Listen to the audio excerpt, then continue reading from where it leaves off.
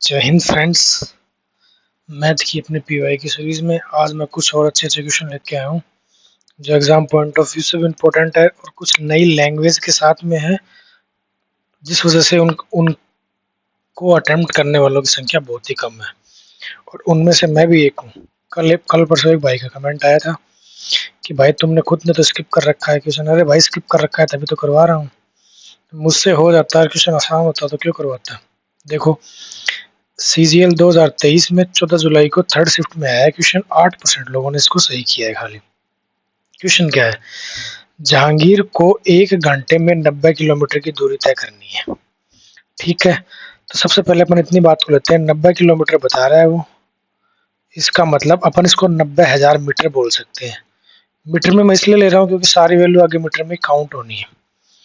पहले 25 मिनट के दौरान वह 15.2 मीटर प्रति सेकंड की गति से यात्रा करता है। उसकी स्पीड है 15.2 मीटर प्रति सेकंड। 1 सेकंड में इतनी है तो 1 मिनट में कितनी होगी? गुणा 60। 1 मिनट में वो इतनी डिस्टेंस ट्रेवल करेगा तो 25 मिनट में कितने करेगा? गुणा 25। इतनी बात क्लियर है?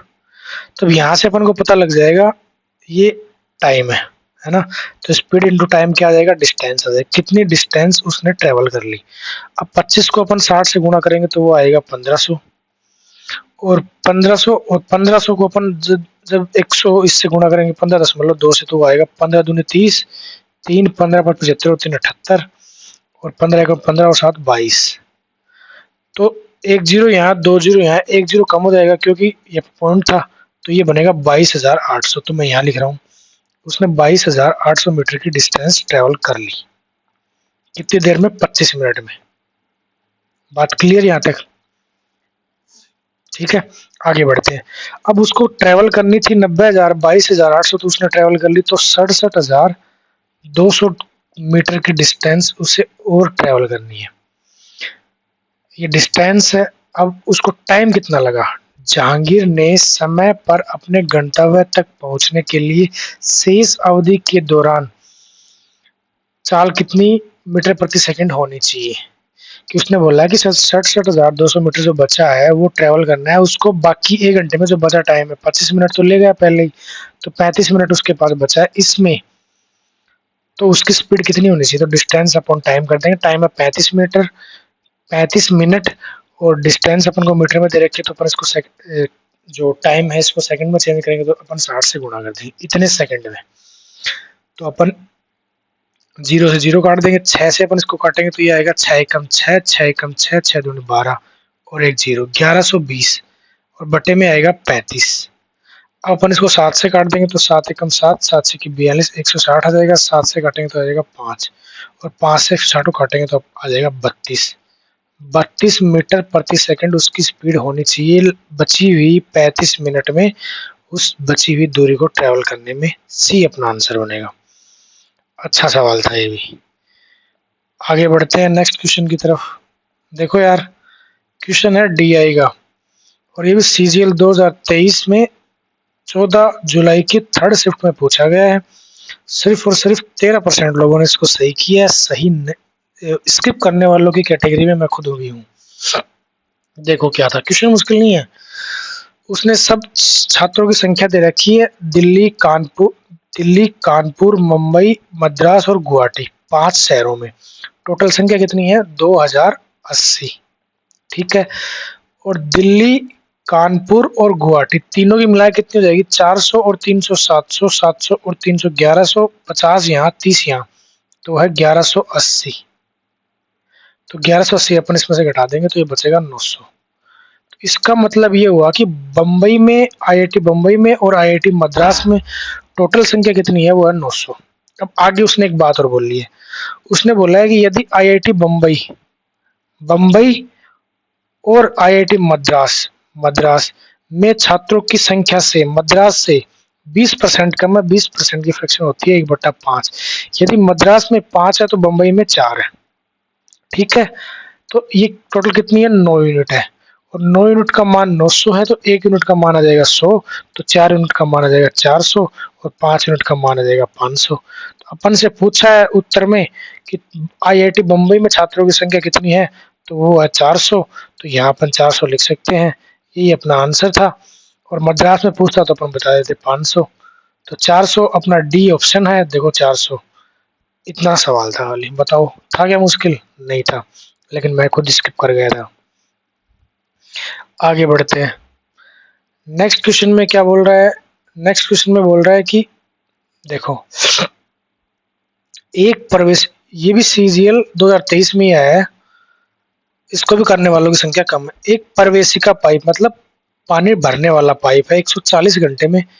ये पाइप है जो भरने वाला है, मैं उसको प्लस ले रहा हूँ। 140 घंटे में एक टंकी को भर सकता है, घंटा घंटे में ना। जबकि एक निकासी पाइप है, पूरी तरह भरे टैंक को 63 घंटे में खाली कर सकता है। ये पाइप बी है जो निकालने वाला है, मैं इसको माइनस ले रहा हूँ। 63 में ये पूरा इसको खाली कर सकता है। ठीक है। यदि टैंक के खाली होने पर 8 प्रवेशिका पाइप और वाई निकासी पाइप एक साथ खोले जाएं तो टैंक 105 घंटे में पूरी तरह भर जाता है। तो वाई का मान ज्ञात करो। तो सबसे पहले तो अपन 140 और 63 का एलसीएम लेंगे। तो 140 को अपन क्या लिख सकते हैं? 7 गुणा 2 14 गुणा 10 यानी 2 गुणा 5। तो ये बनेगा 2 की पावर 2 गुणा 5 गुणा 7। 140 का अपन ने प्राइम फैक्टराइजेशन कर लिया।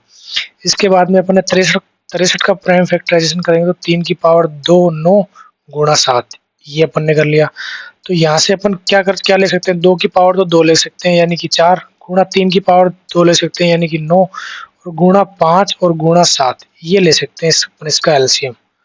9 चौक 36 और 36 गुणा 5 180 और 180 गुणा 7, तो वो कितना होता है? 6 और 126, 18 सत्ती 126 होता है। तो 1260 अपना एलसीएम आ जाएगा। अब जीरो से जीरो काटेंगे तो यहाँ आएगा 9 और इसको करेंगे तो ये आ जाएगा 20। यानी कि निकालने वाले की एफिशिएंसी है 20, भरने वाले की है सिर्फ और सिर्फ 9। यहाँ तक बात क्लियर होगी। अब वो बोल रहा है कि 8 प्रवेशिका पाइप मतलब भरने वाले पाइप 8 है, तो एक पाइप की एफिशिएंसी 9 है, तो 8 पाइप की कितनी जाएगी? 72 एफिशिएंसी। क्लियर है बात?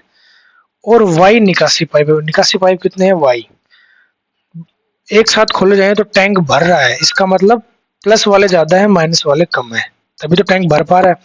तो टैंक है टोटल 1260 लीटर, 60 यूनिट किसकी है? वो है टोटल वर्क है। और टाइम लग रहा है 105 घंटे। तो यहाँ से एफिशिएंसी आ जाएगी। तो काटेंगे अपन 3 से, 3 चौक 12, 3 दूनी 6 0, और 3 से काटेंगे तो ये बनेगा 35, है ना। फिर 7 से काट देंगे तो ये बनेगा 5, 7 से काट देंगे 7 से की 42, तो ये आ जाएगी एफिशिएंसी 12। ठीक है, कि एफिशिएंसी 12 होनी चाहिए प्लस माइनस को जोड़ के।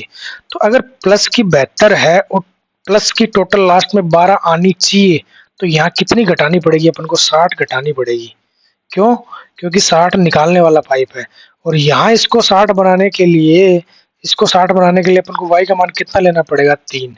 यानी कि 20 एफिशिएंसी वाले 3 निकालने वाले, पानी को निकालने वाले पाइप हैं, तो उनकी टोटल एफिशिएंसी है 60। वो चालू करे जाएंगे तब 12 एफिशिएंसी की दर से 105 मिनट में 1260 लीटर, 1260 टोटल काम पूरा हो जाएगा। 72 में से 60 घटाएंगे तब 12 बचेगा। आई होप क्वेश्चन समझ में आ गया होगा। एक बार खुद से ट्राई दे, नहीं समझ में आया तो इतना मुश्किल भी नहीं था, लेकिन फिर भी करने वालों की संख्या बहुत कम थी। आगे बढ़ते हैं नेक्स्ट क्वेश्चन पे। मैं खासकर वो क्वेश्चन लेके आता हूँ जिसमें मैं खुद भी फंसा हूँ और मेरे जैसे बहुत सारे भाई बहन फंसे हैं। देखो ये भी उसी शिफ्ट का है, 14 तारीख को, थर्ड शिफ्ट का, 2023 में सीजीएल में। देखते हैं यार इसको कैसे करते हैं। सबसे पहले अपन 85/34 है तो इसको 17 से काट दे। 17 पंजे 85 और 17 दूनी 34, काट दिया। अब इसको अपन सिंप्लीफाई करेंगे तो ये 5/36 बन जाएगा अपना। ये बड़ा कोष्टक है। इतनी सारी प्रॉब्लम को अपन सोल्व करके बना दिया 5/36। अब माइनस है, अब बीच वाला कोष्टक है। इसको अपन सिंप्लीफाई करेंगे तो 135 तो अपना ऊपर चला जाएगा और 27 अपना नीचे आ जाएगा। ठीक है, तो अब इसको सिंप्लीफाई करेंगे तो ये 23 से कटेगा 2 बार, 23 से कटेगा 3 बार। ठीक है, यहाँ गुना का सिंबल आ जाएगा। और इसको काटेंगे अपन 9 से, तो ये 9 से कटेगा तो ये बनेगा 15 नहीं में 135, और 9 से काटेंगे तो ये बनेगा 3, और इस 3 को इससे काटेंगे तो ये बनेगा 5। तो ऊपर तो बनेगा 5 दूनी 10, नीचे बनेगा 3। तो ये वाले जो प्रॉब्लम है ना, ये इतनी इतनी प्रॉब्लम मैं मार्क कर रहा हूँ, इतनी इतनी प्रॉब्लम, इसको अपने सोल्व के बना लिया 10/3। बात समझ में आ गई। आगे बढ़ते हैं, माइनस का चिन्ह है। अब इसको सोल्व करेंगे, इसको सोल्व करेंगे तो ये गुणा हो जाएगा, गुणा हो जाएगा तो 91 ऊपर चला जाएगा और 14 नीचे आ जाएगा। ठीक है, तो इसको सोल्व करेंगे तो ये बनेगा 7 से काटेंगे तो 2, 7 से काटेंगे तो 13। ठीक है, और 2 से इसको काट देंगे तो 2 चौका 8, 2 3 6 43, और 43 से कटेगा 3 बार। तो ये वाला जो इतना इतना जो सिस्टम है ना, ये सोल्व होके आ जाएगा 13/3। ठीक है, और ऑफ का मतलब होता है गुणा। सबसे पहले यहाँ पे कोष्टक बंद है तो इसको सोल्व करेंगे, फिर है ऑफ 112/36, यानी इसको अपन 4 से काट सकते हैं। 4 दूनी 8, 4 8 32, और 4 से काटेंगे 4 9 36, इतने 28/9 ही आएगा, इससे ज्यादा सिंप्लीफाई नहीं होगा।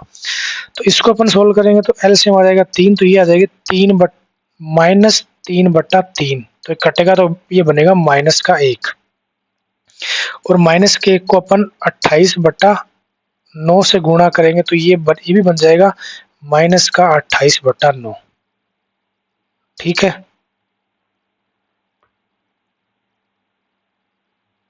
तो इसका मतलब क्या हुआ कि अपन ने यहां से लेके यहां तक की प्रॉब्लम को सोल्व किया, और सोल्व करने के बाद अपने पास क्या आया, वो आया -28/9। और यहाँ भी देखो, पहले ब्रैकेट के बाद में चिन्ह किसका है, माइनस का है ना, ये माइनस का चिन्ह है, तो ये माइनस और ये माइनस हो जाएगा प्लस। तो यहाँ पर क्या बचा था अपना 5/36 और प्लस 28/9। इसको अपन सिंप्लीफाई करेंगे तो 9 36 तो ले लेंगे एलसीएम, तो यहाँ बचेगा 5 प्लस 9 चौक 36, 28 चौको कितना होता है, 8 चौक 32, और 4 दूनी 8 और 3 11, 112, 112 और 5 117, तो ये बनेगा अपना 117/36। अब 36 से अपन इसको काटेंगे, 36 तिया होता है 108, 3 बार जाएगा, बचेगा कितना, 8 7 और 2 9, 9/36 बचेगा। तो 9 एकम 9, 9 चौक 36, तो आंसर आएगा 3 सही 1/4। थोड़ा सा कैलकुलेटिव था, लेकिन अगर कैलकुलेशन स्पीड अच्छी है तो आप इसको कर ले जाएंगे लगभग 1 मिनट के टाइम पीरियड में। अच्छा सवाल था ये, डी अपना आंसर होगा। आगे बढ़ते हैं।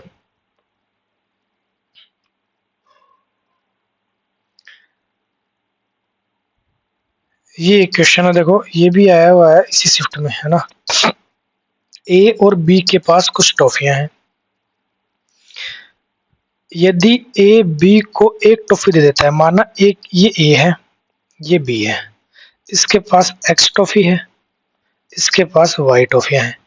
अगर ए बी को एक दे देता है तो बी के पास तो x-1 हो जाएंगी, और इस बी के सॉरी ए के पास तो x-1 हो जाएंगी, और बी के पास हो जाएंगी y तो थी पहले, एक इसके पास से आ गई तो ये बढ़ जाएगी। तो यहाँ से ये दोनों आपस में बराबर है, तो दोनों के पास बराबर टॉफियां हो जाती हैं। यहाँ तक का क्वेश्चन समझ में आया। तो यहाँ अपन x की वैल्यू निकाल सकते हैं इतनी सी चीज से कि x बराबर आ जाएगा y+2, क्योंकि ये माइनस का x उधर चला जाएगा, तो x की वैल्यू है y+2। एक इक्वेशन तो अपने पास ये होगी।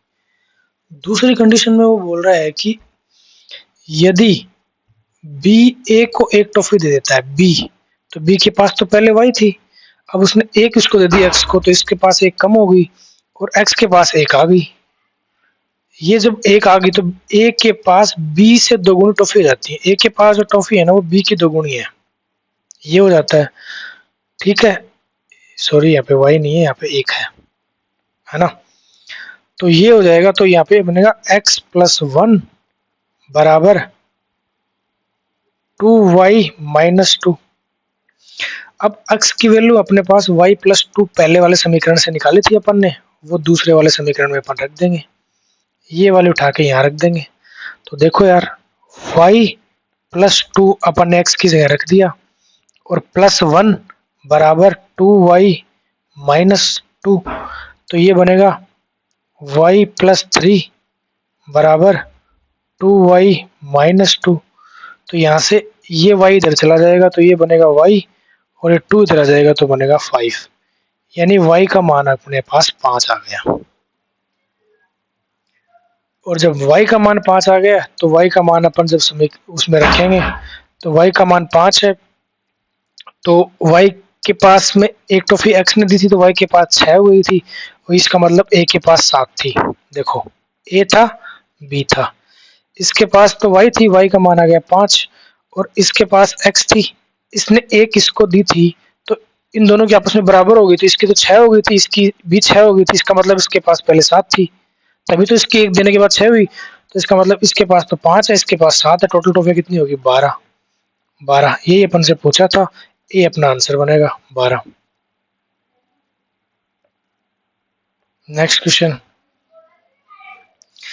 देखो यार, क्वेश्चन मुश्किल नहीं है, फॉर्मूला बेस है खाली। गोले का आयतन पूछा है, गोले का आयतन होता है 4/3 गुणा 22/7, आर की वैल्यू दे रखी है 4.2 गुणा 4.2 गुणा 4.2, इसका बटे में 10 कर देंगे अपन पॉइंट हटाने के लिए, 7 ये 21 को काटेंगे तो इसको बनेगा 2।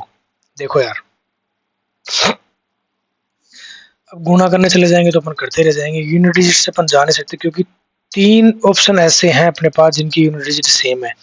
एक बात इसमें खास बात और ये भी है क्योंकि इसने लगभग मान नहीं पूछा है, इसने एक्यूरेट पूछा है कि दशमलव के बाद तक जहां तक सोल्व होता है वहां तक पूछा है।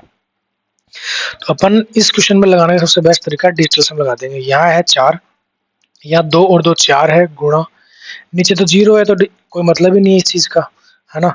ऊपर इधर 2 है तो गुणा 2, गुणा इधर कितना है 4 और 2 6 है, गुणा इधर भी 4 और 2 6 है, तो 4 चौक 16, यूनिट डिजिट 6 16 सॉरी 16 है ना, 4 चौक 16 यानी 6 और 1 7, 7 दूनी 14, 4 और 1 5, और 5 का 30, 3 और 6 3 18, तो यानी कि 9 9 या 0, तो जिसका यूनिट डिजिट 9 आ रहा है वो अपना आंसर बन जाएगा। तो चलो अपन चेक करते हैं। अपन ने ऑप्शन ए चेक किया, 7 और 2 9 कट गया, 4 और 3 7 और 2 9 ये भी कट गया, 8 बचा, इसका यूनिट डिजिट 8 आ रहा है, इसका मतलब ए अपना आंसर नहीं हो सकता। बी चेक करते हैं, 7 और 2 9 काट दिया अपन ने, 3 और 1 4 और 4 और 5 9 काट दिया, यहाँ बचा सिर्फ और सिर्फ 2, तो बी भी अपना आंसर नहीं हो सकता। इसके बाद में 9 काट दिया, 7 और 2 9 काट दिया, 8 और 6 14, इसका डिजिटल सम आ रहा है 5, तो ये भी अपना आंसर नहीं हो सकता। तो आंख मीच के लगा दो, यही अपना आंसर होगा। फिर भी तसल्ली के लिए अपन चेक कर लेते हैं, 6 4 10, 10 का आ जाएगा 1, 1 और 4 5, 5 और 1 6, 6 और 3 9, इसका 9 या 0 आ रहा है डिजिटल सम, इसका मतलब यही अपना आंसर होगा डी। क्या 310.464, डी अपना आंसर होगा। ऐसे करना था इस क्वेश्चन को डिजिटल सम से। हाँ, तो आज के लिए इतना ही, ये क्वेश्चन थे कुछ अच्छे इंपॉर्टेंट क्वेश्चन थे। आज के लिए इतना ही, तब तक के लिए जुड़े रहें, बने रहें, अगर कुछ नया सीखने को मिलता है तो सीखते रहें, और मिलते हैं कल फिर एक छोटे से सेशन के साथ, उन क्वेश्चनों के साथ जिसमें लगभग एवरेज सारे लोग फंसते हैं। तब तक के लिए जय हिंद, जय भारत।